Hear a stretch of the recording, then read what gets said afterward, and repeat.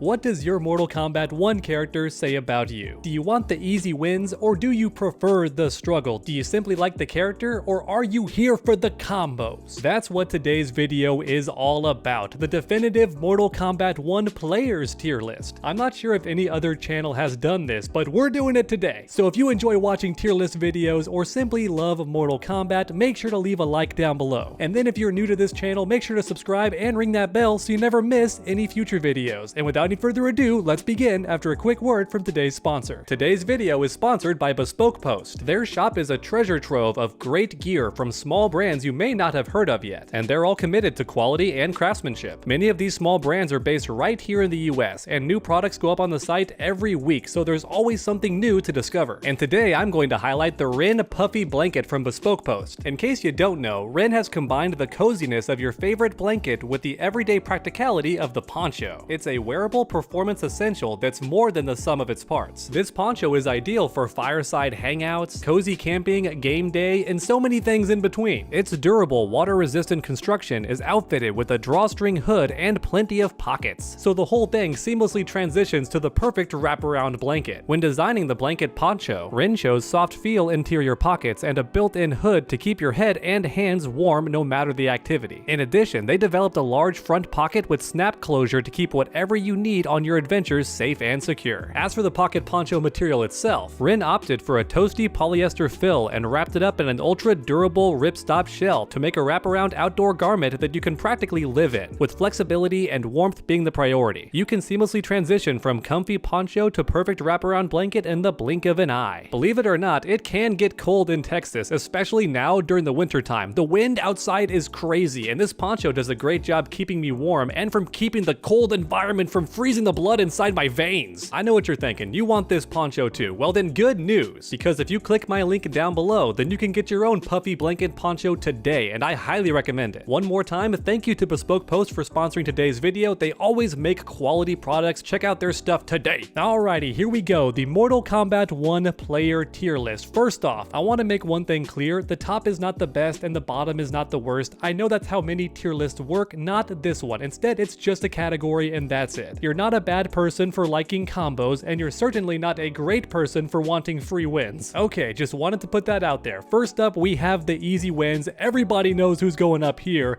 Johnny Cage. I know it sucks for Johnny Cage fans because maybe you just like the character, but at the end of the day, he's the best in the game and he's been the best for a long time. Once again, you can play whoever you want to, but you also have to acknowledge that your character gets very easy wins. Next up, we have the mix-up category. Your boy, Smoke. Okay, I know there's some long-time die-hard Smoke fans who just like the character, but at the end of the day, this man brings the mix-ups, especially in a bad connection. I've lost track of how many times I've been playing a casual match, I beat the opponent, and guess what? They switch to Smoke because they want the cheap mix-ups and they know my defense is weak. But listen, I can't be the only one who struggles to block that overhead online. It catches me so often. Next up, we have simply liking the character, Havoc. Nobody plays this character unless they simply like this character because his gameplay is super wacky and unorthodox. This character is not top tier, but he's not bad either. He's somewhere comfortably in the middle, but even so, he's weird to play. It takes time to understand his gameplay. And listen, me personally, I have to respect it. When you play a character simply because you enjoy that character, that's the best way to play a fighting game, in my opinion. But next up, we have you love the struggle. These characters are complicated and difficult to use, but not bad. That's important to understand. Some characters in this category are going to be low tier, but the purpose of this category is the character is difficult and complex. So with that in mind, we've got to put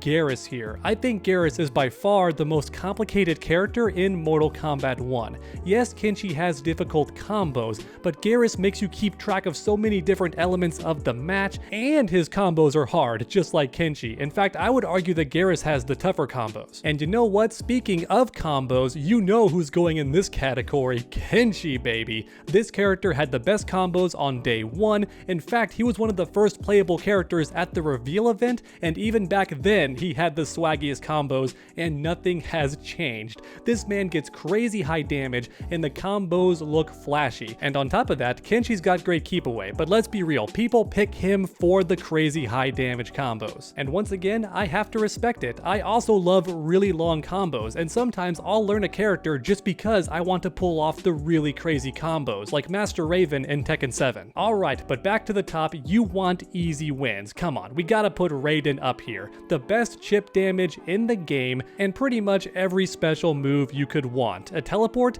He's got that. A crazy projectile? He's got that too. Flies across the screen while armored? Yep, he's got that as well. Even though his damage got nerfed, make no mistake, Raiden is still a top 3 character and he's not difficult to use at all. And then right below him, I'm going to put Rain. So many players misunderstood this character when the game first came out, and you know what? I blame NetherRealm, because they're the ones who said he's a zoner, when in reality, he's a mix-up monster. Overhead combo starter? He's got that. Low combo starter? He's got that. Overhead into a throw cancel? Yeah, he's got that too. And he can end every combo with a hard to block setup. I'm talking instant overhead and low, very tough to block. This guy is a mix-up monster who can also zone. But next up, let's talk about Tanya. Nobody plays this character unless they just like this character, and I'm guilty. I learned this character as a joke to point out how bad she was, but then discovered she's actually really fun and unique. But that being said, I'm not picking this character if I want to win. I'm picking this character if I want to have fun, because there's so much creativity in how you use this character. Is she bad? No, but you only play her if you like the character, let's be real. But next up, let's talk about Struggle. Ya boy Quan Chi. Everybody went back and forth with this guy. I still don't think he's a bad character. Some people think he's terrible. I think his zoning is godlike, and his mix-ups are pretty good too. And, get this, if you know the right combo, he actually does good damage too with the correct cameos. Now that being said, his health bar is really low. This man dies easier than pretty much every character in the game, and his combos are not easy to do. The timing can get quite tricky. Plus you gotta set up the portals and the traps correctly. There's a lot of stuff to memorize with this character. He is not easy to win with, that's for sure. But next up, let's talk about combos. Ya girl, Melina, one of my favorite characters to play. For anyone not aware, I made a dedicated video to her combos, because get this, Melina gets 50% damage off any touch with just 1 bar and 1 cameo. Yeah, that's crazy, and it's off any touch in the game. This girl does crazy damage, and the combos are so fun and so flashy, but not that difficult. But even so, when you play Melina, it's for the damage. It's certainly not for the zoning, because her projectiles don't even go full screen for some reason, and you're definitely not playing her for the mix-ups because she only has 1 overhead. So when you pick Melina, it's just for the combos. Alrighty, back to the top of this list, Sindel, baby. This character went back and forth also. Some people said she was terrible because her damage was not that great, but then people quickly learned that she has the easiest mix-ups in the game, and then a guaranteed reset at the end of every combo that leads to even more hard-to-block setups. In other words, Sindel is set play. And then on top of that, she has some of the best zoning in the game for no reason. Just no reason. Make her a zoner too, why not? Oh, and she can take your cameo off the table, or take control of your cameo. So yeah, this character has so many godlike things going for her. And that's exactly why many of the best players in the world have switched to Sindel. She is the meta of this game right now. But next up we have Ashura. I'm going to put her in the mix-up tier, even though I wanted to also put her in the easy wins tier, because let's be honest, Ashura is very easy to get wins with. She brings a sword to a fist fight, right? Everyone else is punching and kicking, she brings a sword, she has the reach advantage, she has the 50-50s, she has really damaging combos, she can avoid all keep away. So yes, if you pick this character, you're gonna have an easy time winning. But with that said, she also has the 50-50s on top of other 50-50s, and a lot of people pair her with Goro because that means even more mix-ups still, and she can combo off her throw. So yeah, Ashura does bring the mix-ups, and that's why I'm putting her in the mix-up tier, even though she could also fit in the easy wins tier as well, let's be honest. But then right below her, we have Reptile. Where are the Reptile fans at? I know you're watching this video, make your voices heard in the comment section down below, because I'm one of ya. But that being said, he is not great in this game. He's okay, he's not bad, but he's not great. So when you pick Reptile, it's because you want to play Reptile. Enough said. Shout outs to Sonica XD. I know you're watching, I know you're in the comments section, happy to see you down there. But now it's time for the struggle tier, baby, and you knew at some point Sub-Zero was gonna wind up here because he is low tier. I don't think he's the worst character in the game, some people do. I think that belongs to Scorpion, so I'm just gonna skip ahead and put him there too. I think right now Scorpion is the worst character in the game, but like I've I've said in so many videos already, no character in this game is bad. If you lose with the character, it is likely because you got outplayed. Scorpion just beat the best player in the world recently in a 1-3. So yes, this character can win, and no, there's not a single bad character in Mortal Kombat 1. Some characters are just less great. But even so, when you pick Sub-Zero or Scorpion, it's because you want the challenge.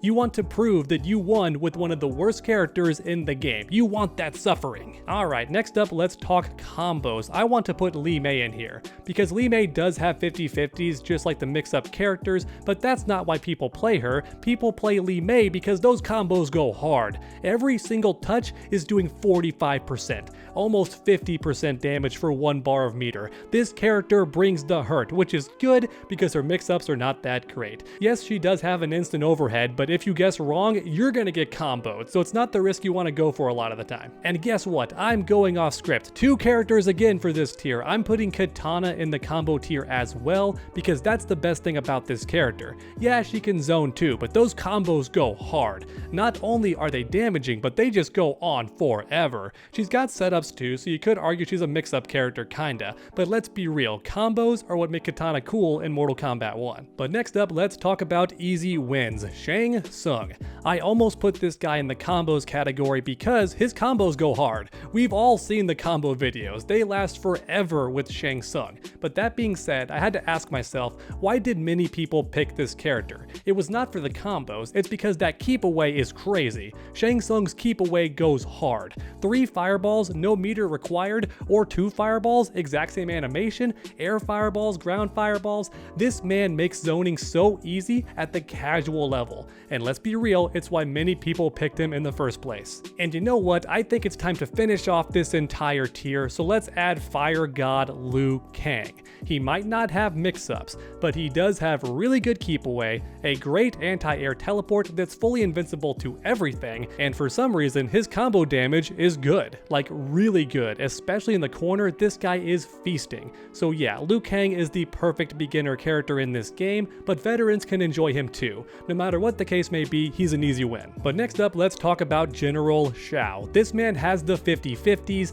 and every touch leads to a lot of damage, and he can buff his damage. Now on top of that, he's also a good footsie character, and he's not considered great. I think most people consider him just good, right? Maybe upper mid tier, but that being said, the 50-50s are what make him scary. Unreactable overhead, unreactable low, both of which lead to full combos without the axe. Up close, he's got an overhead and a low mix-up too. This guy is scary. Add Motaro to the equation, oh my goodness, the mix-ups don't stop. Sector 2, you get the idea. I'm sure there's plenty of reasons why people pick General Shao. I almost put him in this category because most people are just Shao Kahn fans, but also, let's be real, you like the mix-ups. If anybody loses and then switches to Shao, you know why they did that. It's because they want the mix-ups. And then right behind him, we have Reiko, which feels fitting. You know, it's almost poetic because this man is a bootlicker for General Shao, which is unfortunate. We waited 20 years for Reiko to come back, and he's just a bootlicking kind of soldier guy. But it's okay, because that command grab goes hard, and it's the main reason most people were playing him. They wanted that cheap unblockable into 50% damage, and my goodness, it was glorious. And speaking of glory, now I'm thinking about Viltrum. Let's put Omni-Man in the simply like the character tier. I almost put him in the easy wins, but let's be real, if you wanted to really win that badly, you would not pick Omni-Man, you'd pick somebody else. So when people play Omni-Man, especially now after it's been like a month or two, it's because they like the character. That's why they're playing Omni-Man, and that's why I'm putting him right here in this category. And then right behind him, we have Baraka. Why? Because this guy got nerfed really hard, so if you're still playing him, it's not for the damage, it's not because he's top tier, it's because you like the character and I respect it. In fact, one of my close buddies loves this character and refuses to stop playing him, and I think that's a beautiful thing. But you know what's not beautiful? Having to suffer just because you like the character. And nobody fits that better than Natara. I'm putting her right here because she loves the struggle. Her mobility is good, her damage is crazy good, but if you're not careful, she's very unsafe on everything, and her range on some of the attacks is really weird. Why does her standing jab aim at the sky and constantly whip? I'm so tired of that happening. And now finally, last last but certainly not least, we have Kung Lao in the combos category. Yes, this character is good, and many people play him because they like him, but let's be real, you love the combos, don't you? If you play Kung Lao and had to tell me your favorite part about playing him, I know it's gonna be the combos. It's been that way ever since Mortal Kombat 9. Even way back then, Kung Lao had combos, and he's got great combos to this day. And there you have it, everyone, the tier list for every player in Mortal Kombat 1. Everyone watching, do me a favor and send this video to a friend. See if they're offended or if they agree. I'm genuinely curious. Because like I said earlier, you can play whoever you want to for whatever reason you want, but I feel like this is why most people do play these characters. But as you all know, I love making my videos interactive, so let me know your thoughts in the comment section down below. And then while you're down there, leave a like if you enjoyed the video. It really does help my channel out a ton. And then finish that combo by subscribing and ringing that bell so you never miss any future videos. Make sure to come back next time, and as always, stay underdogs.